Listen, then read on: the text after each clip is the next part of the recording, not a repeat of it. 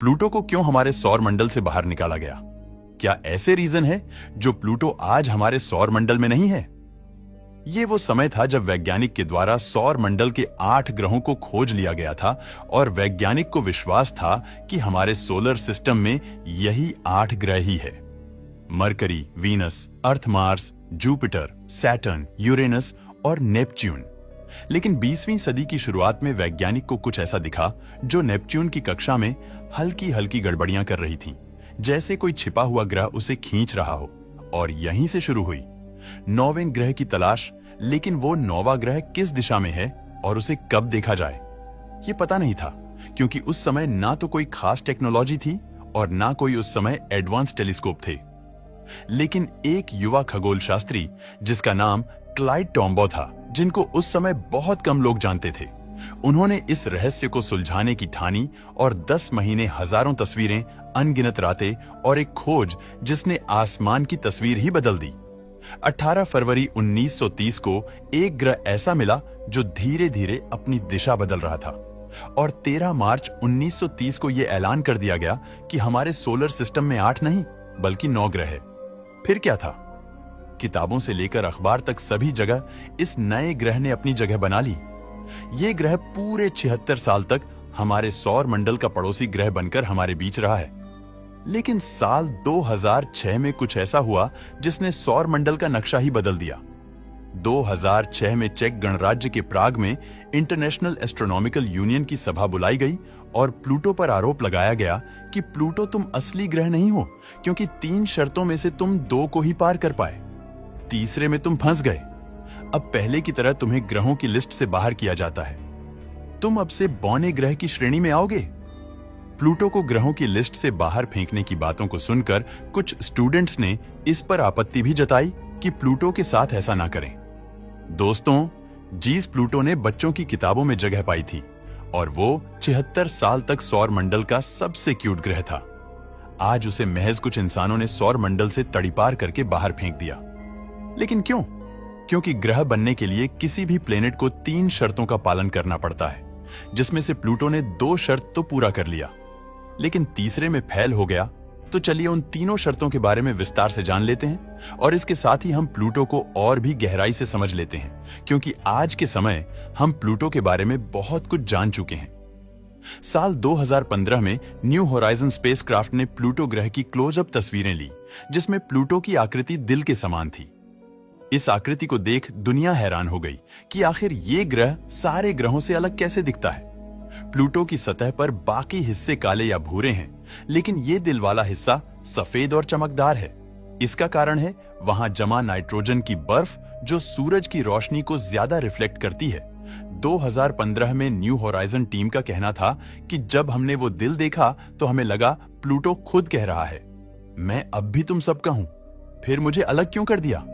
दोस्तों, चलते हैं वीडियो के मेन टॉपिक के पास, जहां हमें देखना है कि आखिर वो 3 शर्तें क्या है जिसे एक ग्रह को पास करना पड़ता है और प्लूटो इसमें फेल हो गया। पहला, एक प्लेनेट होने के लिए किसी भी ग्रह के पास इतनी ग्रेविटी होनी चाहिए कि वो अपना आकार गोल और संतुलित रख सके।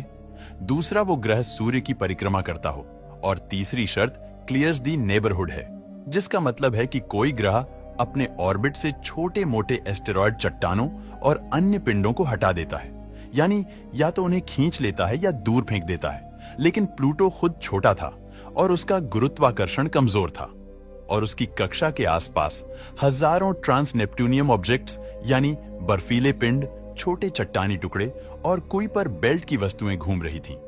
खगोल शास्त्रियों ने इनका विश्लेषण हबल स्पेस टेलीस्कोप और जमीन से चल रहे अन्य टेलीस्कोप्स की मदद से किया था।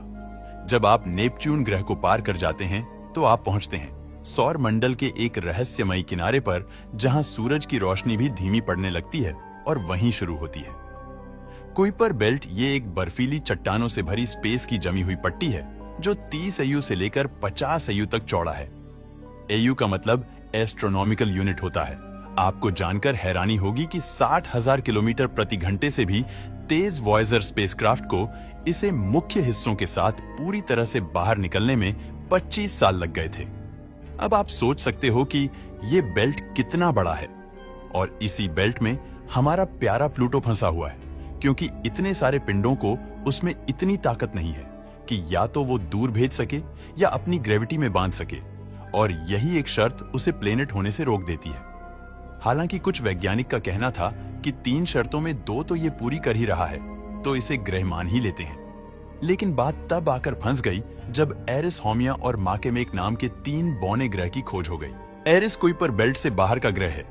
इसके पास एक चंद्रमा है जिसका नाम डिस्नोमिया है।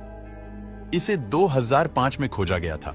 जब एरिस की खोज हुई थी तो खगोल शास्त्रियों को लगा कि यह प्लूटो से भी बड़ा है, और यही कारण बना दो 2006 में प्लूटो को ग्रह की सूची से हटाने का हाउमिया भी कुइपर बेल्ट के एक बौने ग्रह के साथ साथ पूरे सौर मंडल का सबसे तेज घूमने वाला ग्रह भी है।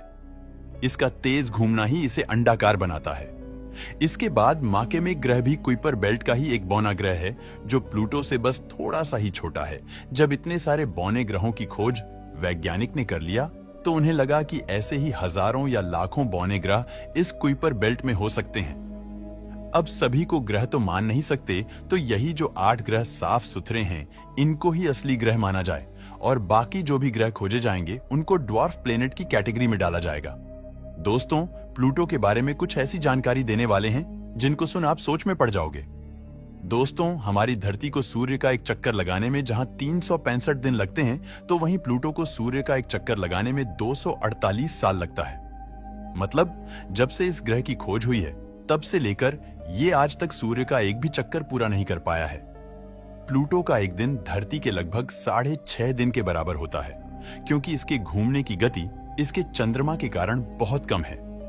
प्लूटो का तापमान -230 डिग्री सेल्सियस से भी कम होता है।